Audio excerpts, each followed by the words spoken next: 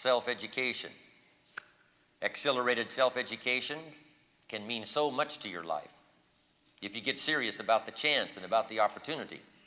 That's why you got to spend the money, got to spend the time, and got to go wherever ideas are being shared for the accelerated chance for your self-education to be meaningful to your future.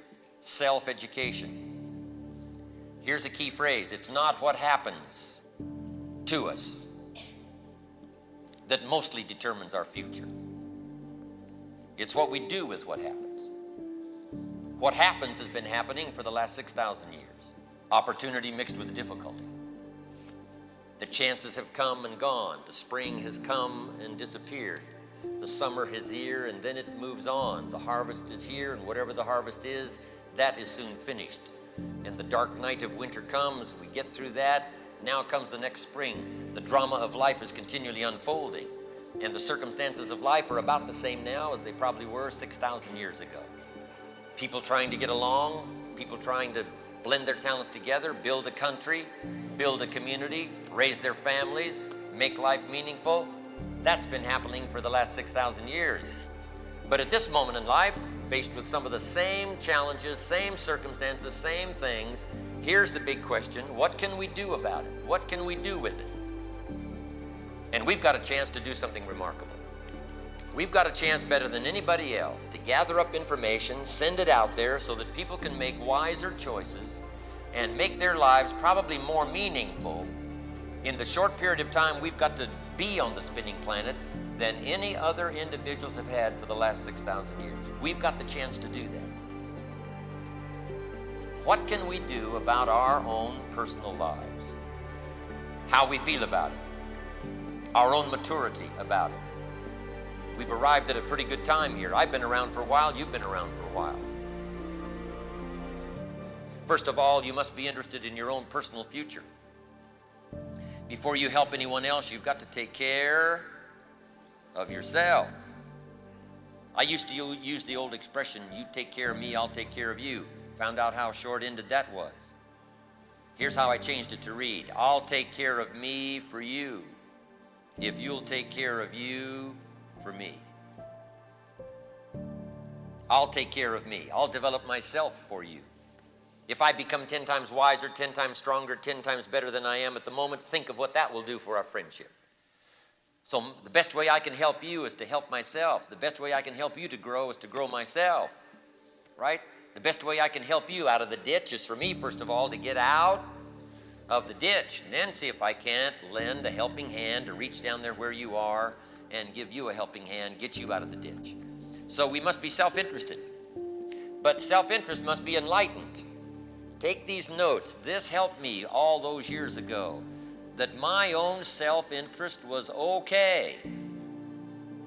That if I was interested in myself, my life, my future, if I was interested in my health, if I was interested in myself, what life was going to mean for me, I found out that was okay, as long as I became enlightened in the process. And the final end of the enlightenment has to be this: everybody wins.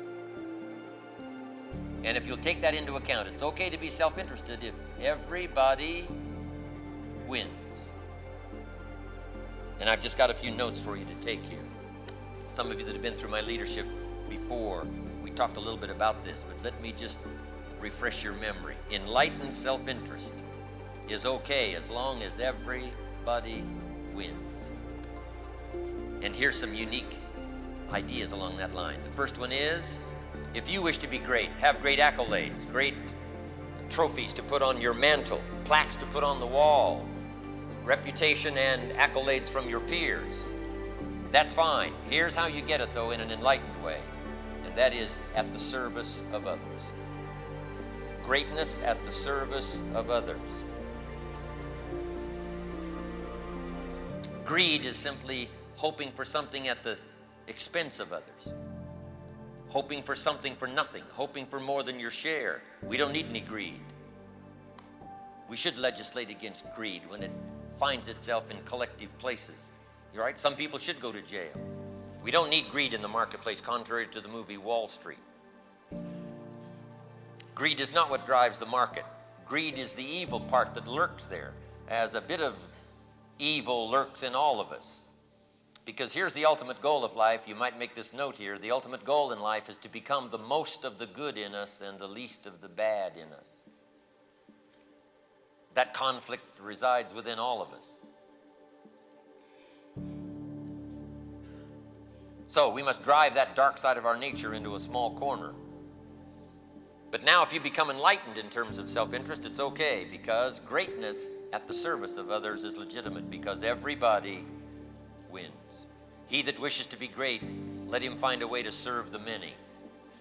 And there's no better opportunity for all of you than to take hold of this opportunity and reach out and serve the many. I know you're on your way. Just start thinking in larger numbers. That is the key to greatness, figuring out ways to serve the many. Now here's how you get good at it. Start with one or two. Start with whoever's close at hand. Start with somebody next to you.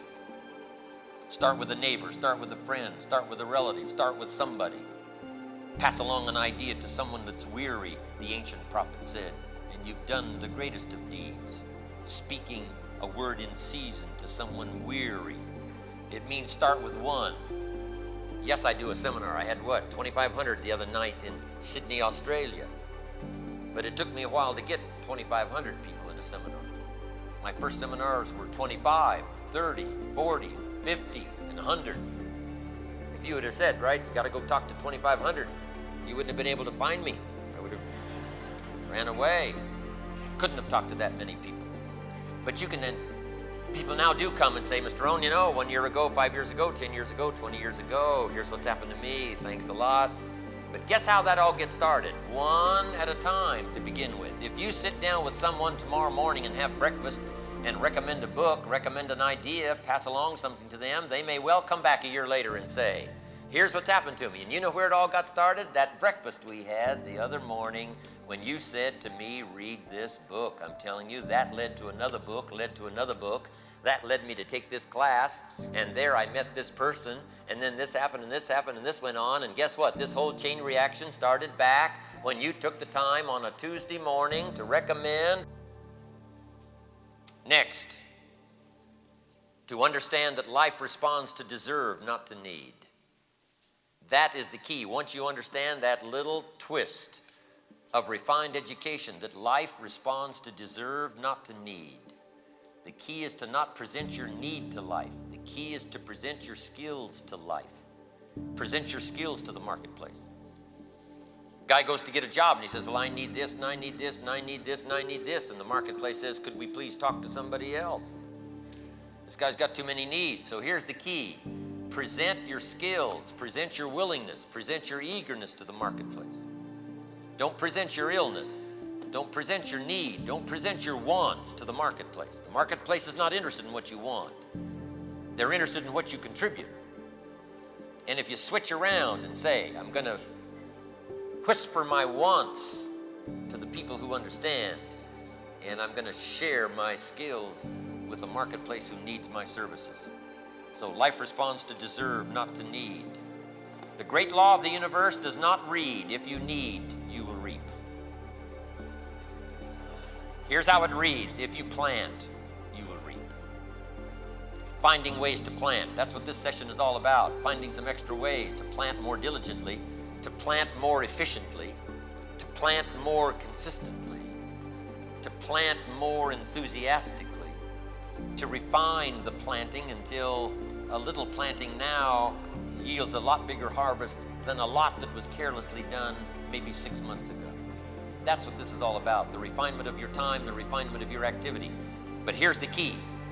Bring your seed to the marketplace. Not your need. Hide your need and show your seed. Bring your skills. The marketplace will respond. The need is already there. We don't have to worry about the need. Somebody once gave this secret to success. Let me give it to you. It's in a few simple parts. Here it is. Number one, if you want to be successful, find a great human need. Find a great human need. Now, we could go through a long list of human needs, right? Humans need liberty. Humans need food. Humans need shelter. Humans need information. Humans need a support system, especially in those early years.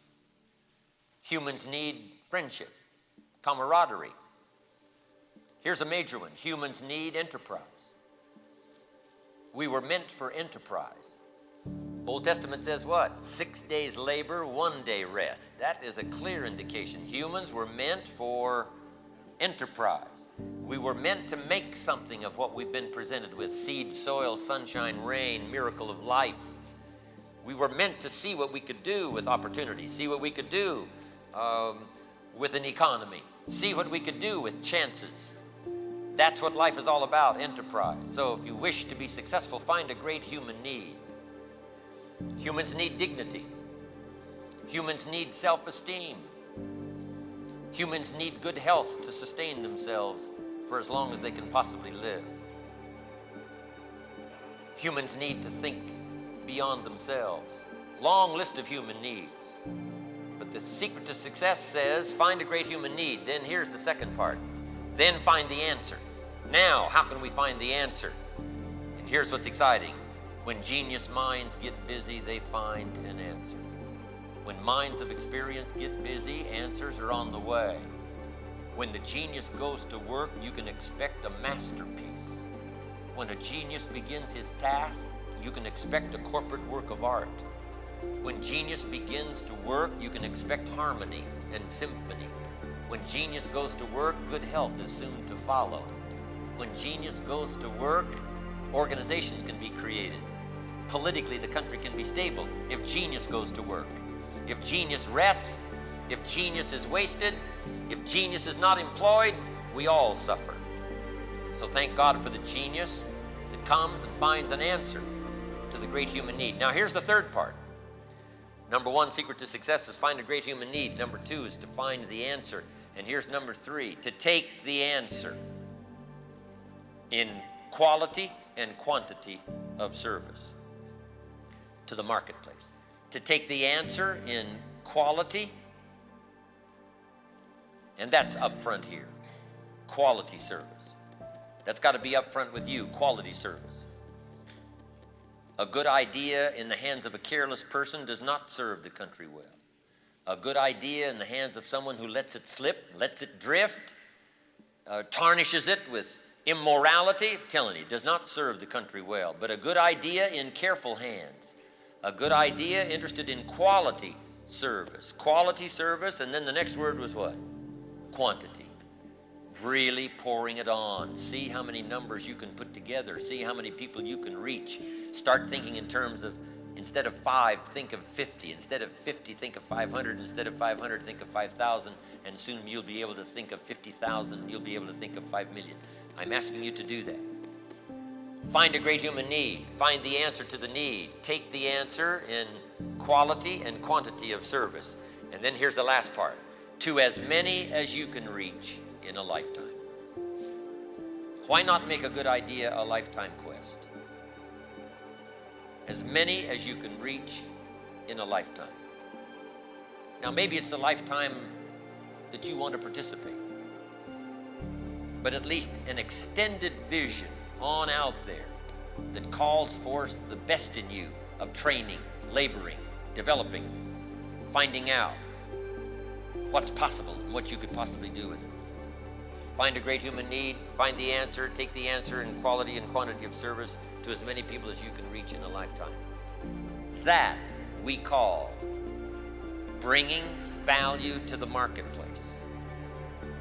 And then if you do that, here's what happens. You deserve the reward. You deserve the fortune. You deserve the return.